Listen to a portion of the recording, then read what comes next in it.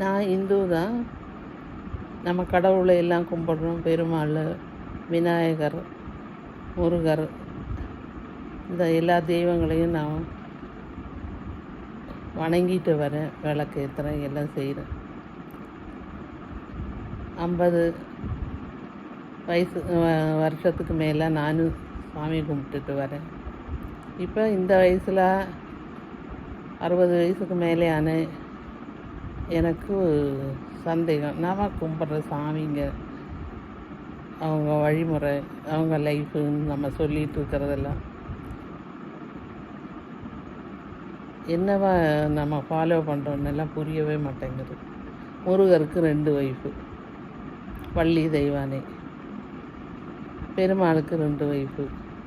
இதையெல்லாம் பார்க்குறது, இது எங்கேருந்து வந்தது, எங்கேருந்து முளைச்சது, யார் இந்த சிஸ்டம் கொண்டு வந்தாங்க அப்படிங்கிற ஒரு சந்தேகம் இருக்குது. கோவில்கள் கட்டி வச்சுருக்கோம். அந்த காலத்து ராஜாக்கள் கட்டி கடவுளை வணங்குறதுக்காக கட்டி வச்சாங்க, சரிதான். நாம் இதை ஃபாலோ பண்ணுறோமே, நம்ம சிந்திச்சு பார்க்குறோமா?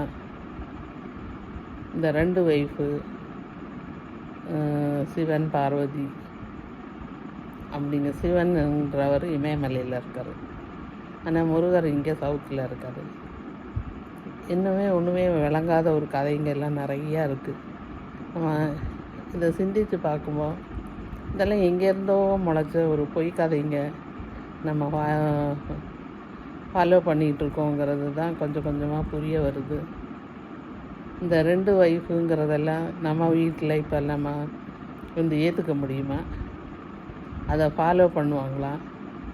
அது ஃபாலோ பண்ணோம். சரி, முருகர் 2 ஒய்ஃபு வச்சுருக்காரு, நம்ம ஆம்பளைங்க 2 ஒய்ஃப் வச்சுட்ருக்கோன்றதெல்லாம் நம்ம ஏற்றுக்கிறோமா? நம்ம வீட்டு ஆம்பளை பெண்கெல்லாம் அதை மாதிரி ஃபாலோ பண்ணால் நம்ம லேடிஸ் ஏற்றுக்குவோம் அப்படின்னு சிந்திச்சு பாருங்கள். நம்ம கோவிலில் போய் அந்த கடவுள்களை வணங்குறோம். இவங்கெல்லாம் எங்கேருந்து வந்தாங்கன்னு எனக்கு புரியல. ஆனால் கேட்குறச்ச யாரையாவது கேட்டால் ஒரு கதை சொல்கிறாங்க. இந்த கதையெல்லாம் எங்கே உருவாச்சு ஒன்றுமே விளங்கலை.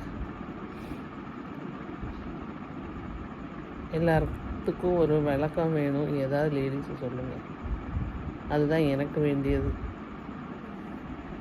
இந்த ஜெனரேஷன் பிள்ளைங்க இதை எல்லாம் சிந்திச்சு பார்த்து கடவுள் நம்பிக்கையும் வைங்க, கடவுளை கும்பிடுங்க, கடவுள் நம்பிக்கை வைங்க. எது ஃபாலோ பண்ணணும்னு தோணுதோ அதை ஃபாலோ பண்ணுங்கள்.